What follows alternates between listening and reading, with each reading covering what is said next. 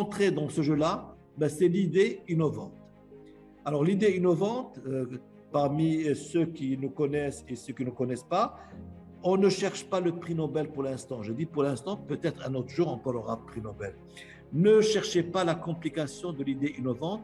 Regardez un terrain fertile qui vous passionne, un terrain qui peut apporter une simple valeur ajoutée par rapport à un existant. Première des choses, il y a l'irada. Donc, dire, je veux faire des choses. La deuxième des choses, c'est la confiance. La confiance a deux pôles.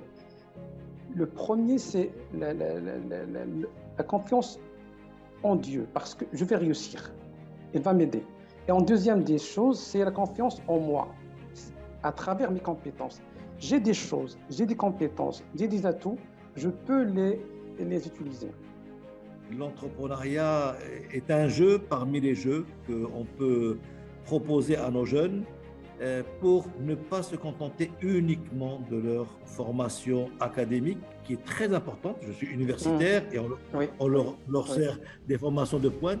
Le fait de se tester à l'entrepreneuriat, ça permet d'être dans une approche participative. C'est eux, qui donnent, qui apportent l'idée. Donc, et ils se testent. Ça ne marche pas du premier coup, c'est pas bien grave. Donc, toute question qu'on se pose généralement avant de démarrer un projet ou avant de mettre en œuvre un projet, donc il y a deux types de questions. Qu'est-ce qu'on va faire? Donc, qu'est-ce qu'on va faire dans ce projet et comment on va le mettre en place? Donc, la réponse à la première question, c'est généralement le business model, et la deuxième, c'est le business plan. Mais s'il y a un seul mot à retenir, et ça aura un impact concernant la rédaction des statuts, c'est que la société anonyme c'est une société c'est une société d'action, donc la personnalité des actionnaires n'a pas d'importance, n'a aucune importance. Ce qui est important, ce sont les actions, ce sont la participation numéraire. Par contre, dans le cadre d'une SARL, il s'agit là d'une société qui est mixte, une société hybride, et donc elle a des sociétés de capitaux, mais également des sociétés de personnes. La valeur, on augmente la valeur avec le contenu qu'on fait peut-être dans un verre. Aujourd'hui, j'ai du café, je peux dire sa valeur c'est 10 dirhams, mais une fois que je vais vider le contenu dans mon verre, je dois savoir remplir mon verre avec un contenu de valeur. Et ça, c'est de l'entrepreneuriat, c'est l'investissement de temps. Je ne voulais pas déléguer. Tout le temps, je me disais, c'est moi qui peux faire mieux. L'autre, il ne va pas faire mieux. C'est moi qui dois faire.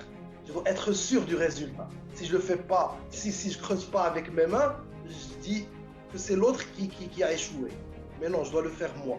Et après, avec le temps, vous dites non. Vous ne pouvez pas tout faire, vous devez déléguer, mais ne pas... Se débarrasser. Se débarrasser, voilà, exactement.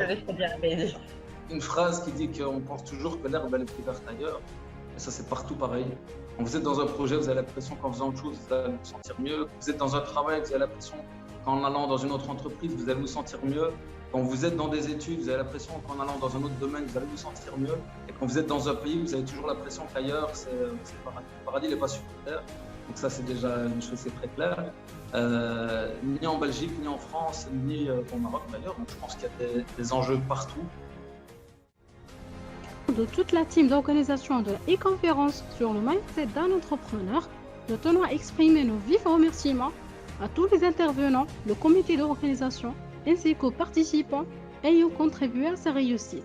Nous espérons que ce webinaire a atteint ses objectifs voulus et on se retrouve dans un prochain événement. N'oubliez pas de vous abonner dans nos pages Instagram, Facebook et LinkedIn et dans notre chaîne YouTube pour suivre toutes nos actualités.